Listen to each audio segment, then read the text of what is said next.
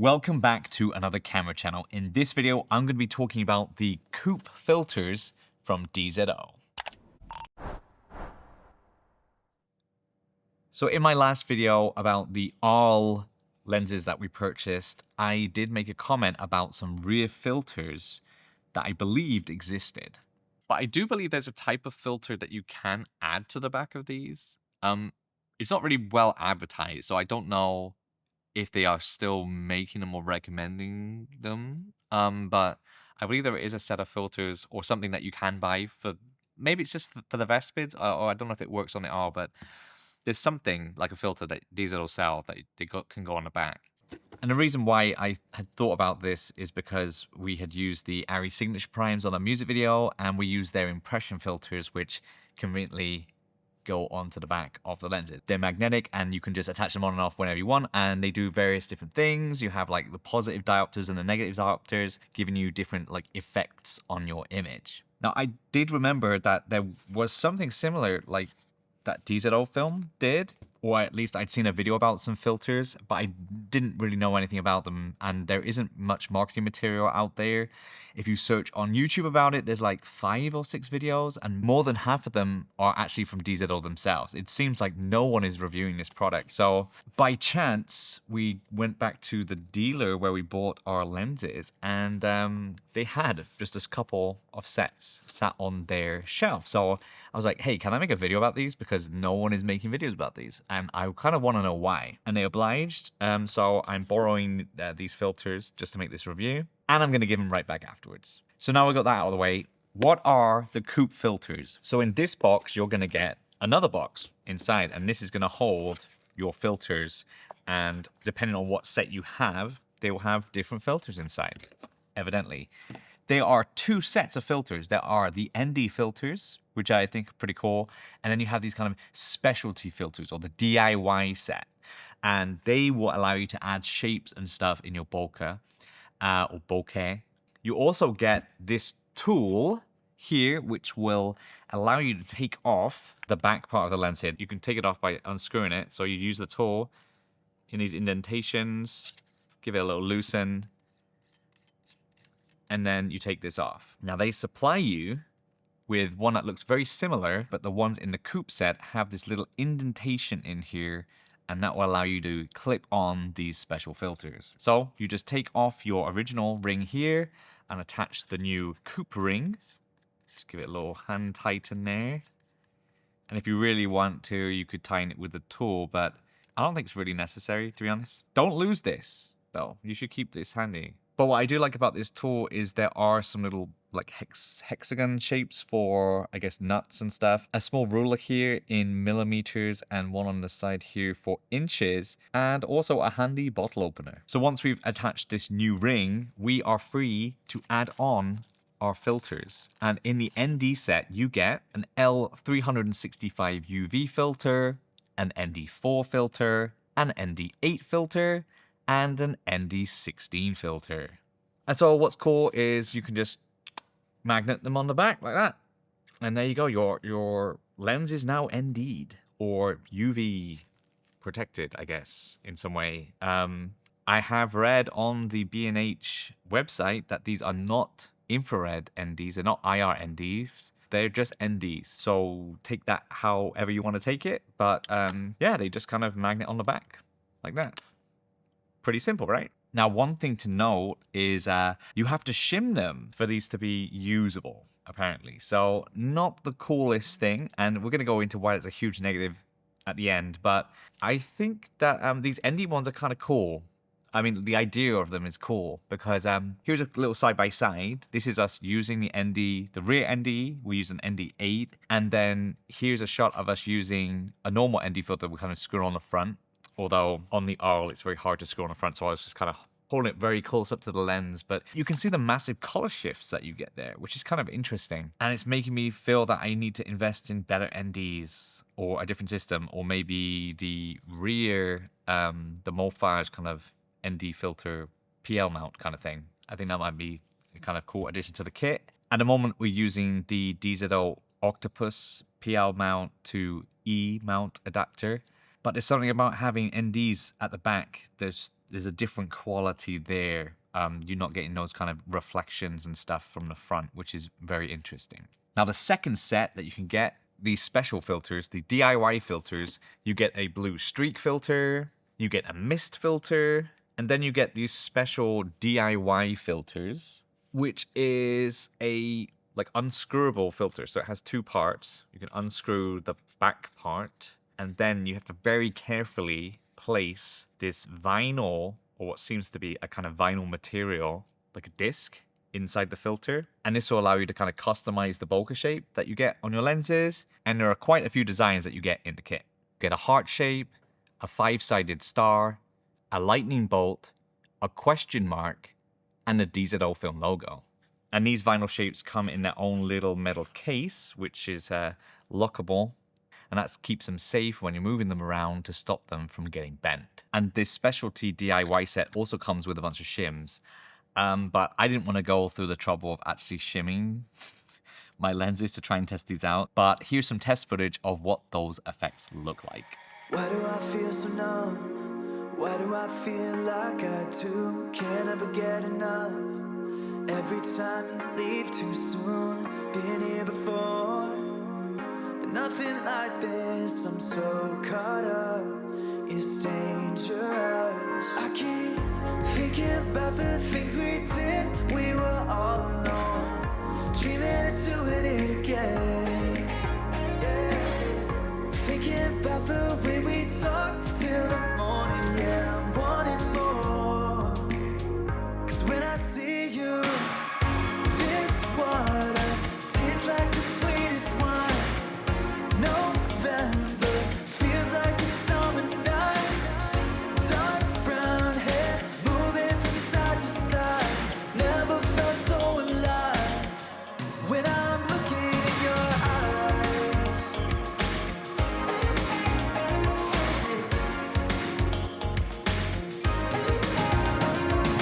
Where do we go from here? I think about you all the time, smiling ear to ear. When I say I'm doing fine, can't help but wonder if you're feeling so caught up. It's both of us. I keep thinking about the things we did. Got it on my phone, wanna do it all again. Yeah. Dark brown hair moving from side to side. Never felt so alive when I'm looking in your eyes.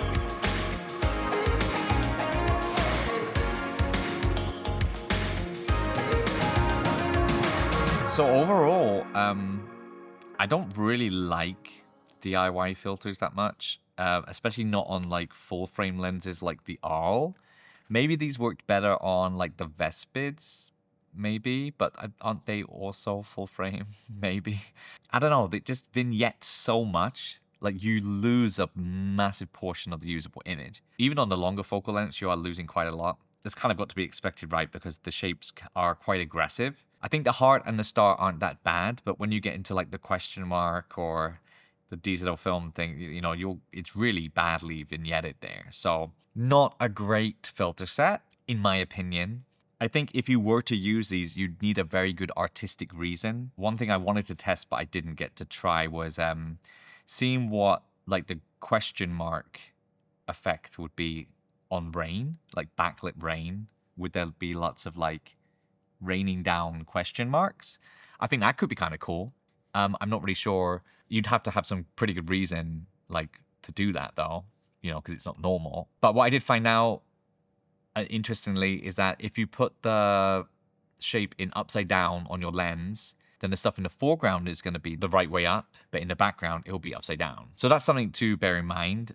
You're not going to have the same shape behind your subject or focal plane as you would in front of it, which is kind of annoying, but I guess that's a physics thing that we cannot change. Moving on to the streak filter, as someone who has the Blazar Remuses, these kinds of filters are really like not impressive. Like it doesn't, I just don't like the look of it. I think, as you can see in the test footage, it just does all the sources in a very unnatural way. I believe, you know, it's it just seems that everything is getting affected by the streak filter. It's not like an anamorphic lens where it would be just maybe some of the like light which is going directly into the lens that gets affected. This is like everything is affected. So to me, it's just way too much. I just don't like it. So sorry, DZO. I just don't like this filter, which is a shame because I kind of wanted to like it. And then this mist filter. Oh my God. Okay, this is way too strong. Way too strong, in my opinion. It's crazy, crazy strong. I used to run with, you know, like Black Promise filters, like an 1/8 and a 1/4. This is just way too strong for my liking. And nowadays, I'm just using like scatter in Resolve for any diffusion needs, really, to be honest, because it's so much more controllable.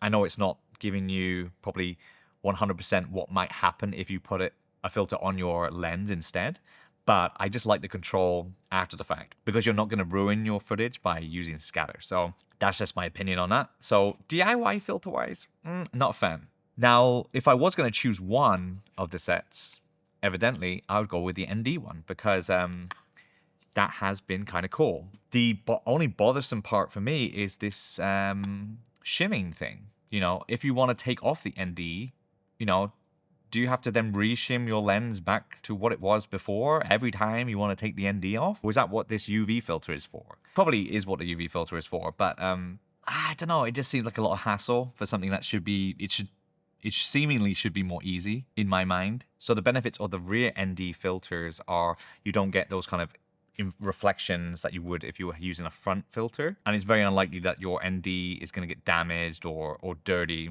And using lenses like the Arles, like a 1.4, you need some ND pretty much all the time unless you're in a very dark environment. So I think these filters are pretty cool. One workaround for the shimming thing, I'm not sure if it works completely across the full range, but if you're using the DJI LiDAR system like we do, what you need to do to make it work, because using the actual preset that is built into the DJI LiDAR, these will not focus correctly with the NDs on the back. So what you need to do is just calibrate the lens as you would with this ND on the back. Then find something that you want to focus on, say your actor or a subject. Take it into manual focus mode and then take off or like just slightly pull away the focus motor. Refocus your lens onto your subject again and then put your focus motor back on. Then you can re-enable automatic manual focus or AMF and it works fine. Or at least it worked good in a few meters radius. I didn't test like infinity focus. I don't know if that works, but that worked for us in a pinch. And that was the way of getting back our autofocus